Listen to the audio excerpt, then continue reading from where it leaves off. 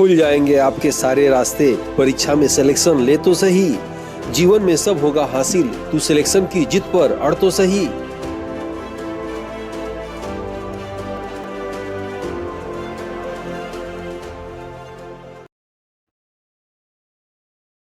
Aditya classes exam गुरु channel में आप सबका स्वागत है। आज हम लोग की क्लास भारत के भूगोल से परीक्षा संबंधित उपयोगी महत्वपूर्ण तथ्य से रहेगी। जैसा कि आप जानते होंगे, भारत के सामान्य भूगोल को हम लोग कक्षा लेसन 1 से भारत की नदियां से शुरू किए थे। सभी क्लासेस हो चुके हैं और ये क्लास पूरी कंप्लीट करते करते हम लोग की आखिरी क्लास भारत की प्राकृतिक वनस्पतियां रही पिछले क्लास में, और आज आखिरी क्लास है भारत के भूगोल संबंधित महत्वपूर्ण तथ्य, यानी भारत सामान्य भूगोल से सामान्य भूगोल की आखिरी क्लास है। याद रखिएगा, यह क्लास असिस्टेंट प्रोफेसर के जीएस पेपर कंपलसरी पेपर के लिए महत्वपूर्ण तो है ही है, साथ में अन्य सभी वनडे एग्जामिनेशन में जीएस में आज की क्लास से संबंधित प्रश्न पूछे जाते हैं, इसलिए अंत तक बने रहिएगा। अगर क्लास अच्छा लगे तो लाइक आप जरूर करिएगा। आइए देखते हैं पहला पॉइंट, भारत के भूगोल संबंधी परीक्षा उपयोगी महत्वपूर्ण तथ्य। पहला पॉइंट क्या है इसमें कि भारत का क्षेत्रफल की दृष्टि से विश्व में कौन सा स्थान है? 7वां स्थान है। याद रखिएगा। रायसीना पहाड़ी स्थित है कहाँ? दिल्ली में। भारत में मानसून की उत्पत्ति होती है दक्षिण पश्चिम मानसून, या कह सकते हैं आते हुए मानसून के कारण। कैसे? चित्र के माध्यम से आप यहाँ समझेंगे। अगर ये भारत की नक्शा हम बनाते हैं और ये यहाँ आप देखते होंगे केरल राज्य 7 जून को सबसे पहले यहाँ मानसून आता है, यानी ये जो है मानसून आप देख रहे हैं आता हुआ मानसून कह सकते हैं, या दक्षिण पूर्व मानसून जो है कह सकते हैं इसको, कि भारत में मानसून की उत्पत्ति यहीं से होती है। यहाँ तमिलनाडु चेन्नई में जो वर्षा होती है जाड़े के दिनों में, इसे लौटता हुआ मानसून कहते हैं, और जाड़े के दिनों में आप जो यहाँ वर्षा देखते हैं इसे पश्चिमी विक्षोभ कहते हैं। तीनों चीज याद रखिएगा, आता हुआ मानसून, लौटता हुआ मानसून और पश्चिमी विक्षोभ। ठीक है। नेक्स्ट पॉइंट आप देखेंगे, भारत के मुख्य भूमि, देखिएगा यहाँ लिखा हुआ मुख्य भूमि से सुदूरस्थ दक्षिण बिंदु का नाम कन्याकुमारी है। अगर मुख्य बिंदु नहीं रहता तो भारत का दक्षिण बिंदु इंदिरा पॉइंट रहता। याद रखिएगा, एग्जाम में अक्सर पूछा जाता है। और दक्षिणी लिटिल अंडमान के मध्य स्थित है, डेक्कन पास स्थित है। वर्षा की मात्रा निर्भर है किस पर? वायुमंडल में नमी पर। ठीक है, वायुमंडल में नमी पर वर्षा की मात्रा निर्भर है। भारत का सबसे बड़ा संघ राज्य क्षेत्र क्या है? ये लद्दाख है। इंपॉर्टेंट, याद रखिएगा, यहाँ से प्रश्न घुमाएगा जरूर, क्योंकि भारत का सबसे बड़ा केंद्र शासित संघ, याद रखिएगा, वो अंडमान निकोबार था। लेकिन जब जम्मू कश्मीर राज्य को तोड़ के जम्मू कश्मीर लद्दाख केंद्र शासित राज्य बनाए गए तो अंडमान निकोबार का दूसरा स्थान आ गया और पहला स्थान लद्दाख का आ गया। इसलिए एग्जाम में पूछे जाएंगे, और हम लोग देखते हैं वर्षों से हम लोग देख रहे हैं, जब भी राज्य टूटता है बनता है निश्चित ही उससे क्वेश्चन एग्जाम में पूछे जाते हैं। याद रखिएगा, अगर आपके एग्जाम में पूछे कि दक्षिण भारत का सबसे बड़ा केंद्र शासित प्रदेश, तब अंडमान निकोबार लगाइएगा। या प्रश्न ऐसे घुमा के पूछ दे कि भारत का दूसरा सबसे बड़ा केंद्र शासित प्रदेश, तो अंडमान निकोबार होगा। भारत का पहला केंद्र शासित प्रदेश पूछ दे अगर, तो याद रखिएगा बड़ा पूछेगा तो लद्दाख हो जाएगा। ठीक है। उसके बाद भारत का वह राज्य जिसकी सीमा म्यांमार से नहीं मिलती, मेघालय आप लगाएंगे आंसर। भारत का वह राज्य जो क्षेत्रफल में सबसे अधिक है, राजस्थान आप जानते होंगे। जनसंख्या में सबसे बड़ा उत्तर प्रदेश, सबसे छोटा सिक्किम, और क्षेत्रफल में सबसे बड़ा राजस्थान और सबसे छोटा गोवा लगाइएगा। ठीक है, तो यहाँ क्षेत्रफल में सबसे बड़ा राजस्थान और सबसे छोटा पूछेगा तो क्या लगाएंगे? गोवा लगाएंगे। ठीक है। रहस्यमयी झील कहाँ है? रूपकुंड झील उत्तराखंड में। याद रखिएगा, कहा जाता है इसे रहस्यमयी झील से आज भी कंकाल निकलते हैं, और कंकाल विश्व युद्ध के थे या किसके थे ये मालूम नहीं चल पाता है, इसलिए रूपकुंड झील को रहस्यमयी झील के नाम से जाना जाता है। भारत के पश्चिम घाट को सह्याद्री पर्वतमाला कहा जाता है। याद रखिएगा, भारत पूर्वी तटीय मैदान का एक अन्य नाम क्या है? कोरोमंडल तटीय मैदान। ठीक है, जैसा कि आपको बीच में क्लास में बताया भी गया था कि इधर ये पूर्वी तट है, पूर्वी तट के जो कहा जाता है इसको कोरोमंडल तट, इधर पश्चिमी तट को मालवाड़ तट के नाम से जाना जाता है, इसे कोंकण तट के नाम से जाना जाता है, इसे सरकार तट या उत्कल तट के नाम से जाना जाता है, आप जानते भी होंगे। भारत की सबसे लंबी झील का नाम क्या है? बेम्बनाथ झील। याद रखेंगे आप। विश्व का सबसे ऊंचा गुरुत्व बांध का नाम क्या है? भाखड़ा बांध। याद रखिएगा, भाखड़ा बांध सतलज नदी पर है। ठीक है। भारत का वह राज्य जिसकी कोई समुद्री सीमा नहीं है, राजस्थान।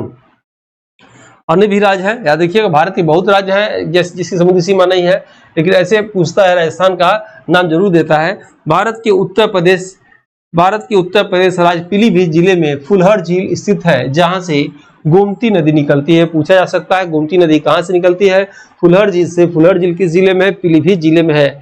जहाँ भारत में सबसे, उत्तर प्रदेश में सबसे कम मेला कहाँ लगता है? पीलीभीत में। सबसे अधिक मेला कहाँ लगता है? मथुरा में। जैसे सबसे अधिक वर्षा होता है कहाँ? गोरखपुर में। और सबसे कम वर्षा होता है कहाँ? मथुरा में। याद रखिएगा। और गोमती नदी जो है आपका जो है लखनऊ होते हुए बनारस में आती है, कैथी में, वहां जाके ये गंगा से मिल जाती है। नेक्स्ट पॉइंट हम देखेंगे, भारत का वह राज्य जहां कोई रेलवे स्टेशन नहीं है। सिक्किम आप लगाएंगे। भारत के पूर्वी और पश्चिमी तटों पर स्थित राज्य का नाम क्या है? पुडुचेरी। भारत में सबसे कम जनसंख्या वाला राज्य कौन सा है? सिक्किम। भारत में सबसे कम जनसंख्या वाला राज्य सिक्किम, अभी चर्चा किए थे। सियाचिन ग्लेशियर विवाद है भारत पाकिस्तान के बीच में। चित्रकूट जलप्रपात भारत के छत्तीसगढ़ में है, याद रखिएगा। इंद्रावती नदी पे है चित्रकूट जलप्रपात। काटो और जलाओ कृषि का नाम क्या है?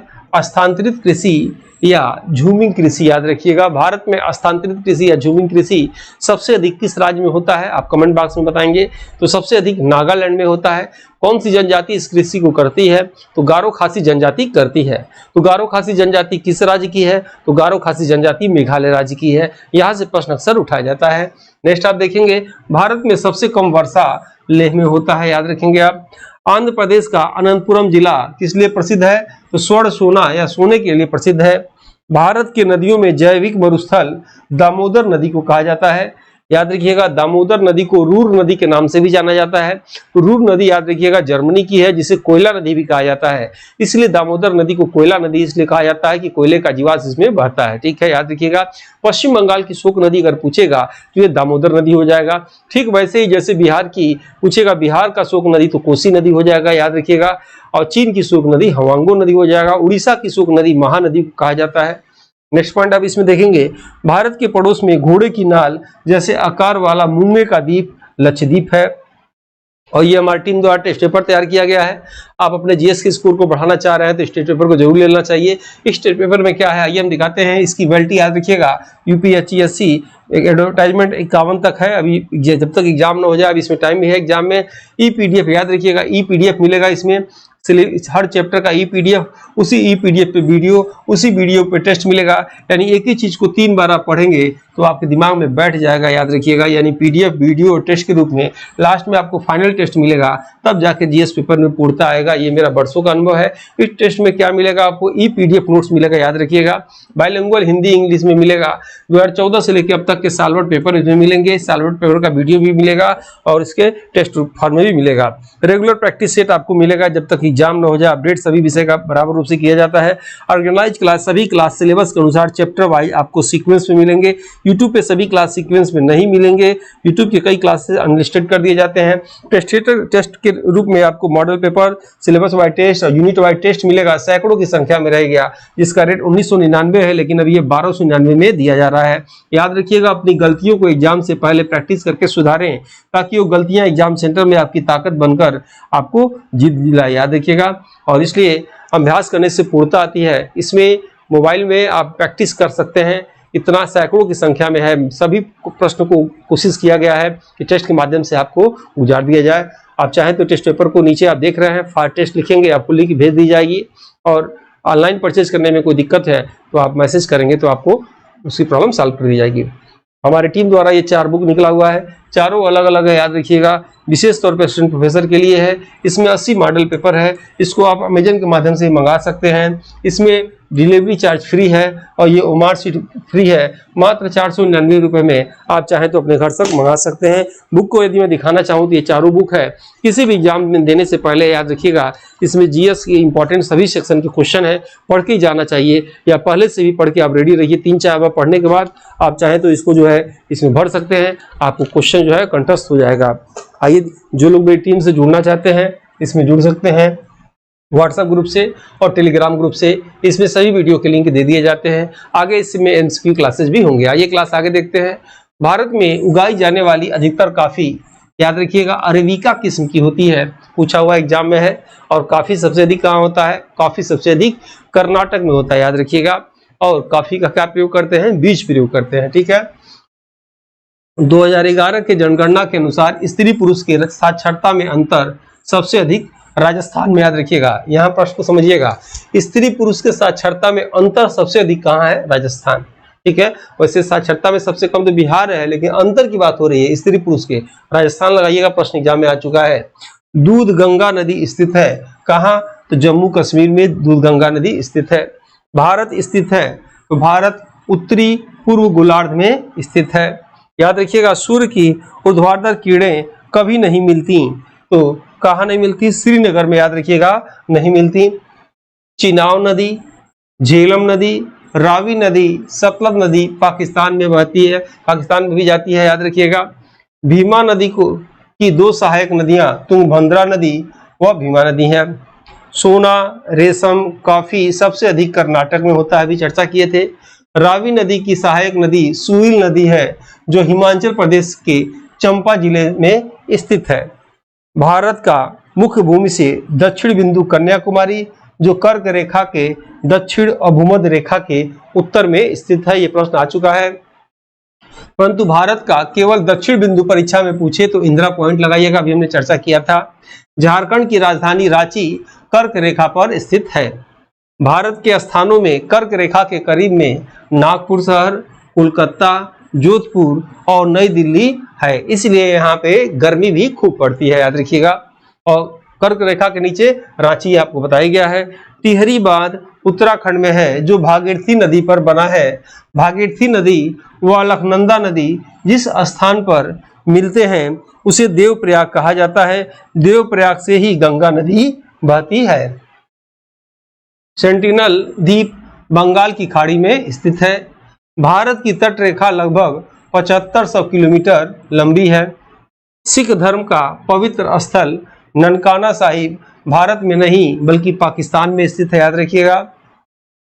भारत पाक सीमा पर गुजरात के साथ सरक्रीक नामक स्थान स्थित। वलिद पर्वत के उदाहरण के अंतर्गत भारत का सबसे नवीन पर्वत श्रेणी शिवालिक है, एग्जाम में पूछ चुका है ये। ग्रेट हिमालय की ऊंचाई 8850 मीटर है। इसकी ऊंचाई वैसे 8848 मीटर है। हाल में ही चीन और नेपाल ने संयुक्त रूप से मिलकर घोषणा किया कि माउंट एवरेस्ट की ऊंचाई जो है 8850 यानी 2 मीटर बढ़ गई, वो भी प्लेटों के टकराने के कारण, खिसकने के कारण। माउंट एवरेस्ट पर चढ़ने वाली प्रथम महिला जापान की जुंगो तो वही है, याद रखिएगा। परंतु भारत की प्रथम महिला बिछेंद्री पाल है। भारत की द्वितीय महिला जिन्होंने माउंट एवरेस्ट पर 2 बार चढ़ाई की, संतोष यादव, याद रखिएगा। गोसाईनाथ पर्वत भारत और तिब्बत सीमा पर स्थित है। ये बुक जो आप चाहे तो मंगा सकते हैं। और ये क्लास हमारी आज यहीं तक है। वीडियो अच्छा लगे लाइक कर देना चाहिए, और जो लोग पहली बार आए सब्सक्राइब हो लीजिए। जल्दी मिलते हैं हम लोग नेक्स्ट वीडियो में, तब तक के लिए जय हिंद जय भारत। इस समान अध्ययन की मॉडल पेपर बुक को हिंदी एवं अंग्रेजी दोनों भाषा में तैयार किया गया है, जो कि समान अध्ययन एग्जाम में किसी भी प्रदेश के असिस्टेंट प्रोफेसर एग्जाम, जीडीसी, प्रवक्ता एग्जाम के साथ LT grade, GIC, TGT, PGT आदि एग्जाम में सहायक सिद्ध होगा। उपरोक्त एग्जाम के विगत वर्षों के पेपर का एनालिसिस करने के बाद वर्तमान एग्जाम पैटर्न पर इसको अनुभवी टीम द्वारा तैयार किया गया है, जो कि आपके समान अध्ययन जनरल स्टडीज एग्जाम के स्कोर को बढ़ाने में सहायक सिद्ध होगा। इन एग्जाम की कुंजी जीएस पेपर होता है। इसमें 4 बुक में 80 मॉडल पेपर हैं, जिसमें समान अध्ययन सिलेबस के सभी क्षेत्रों से महत्वपूर्ण व चुनिंदा प्रश्न हैं, जो कि अक्सर एग्जाम में पूछे जाते हैं। इस बुक पैक में आपको एक OMR शीट बुक और अमेजन डिलीवरी चार्ज फ्री मिलेगा। इस बुक के लिए आप 9795962010 पर व्हाट्सएप में फॉर बुक लिखकर भेज सकते हैं, जिसमें आप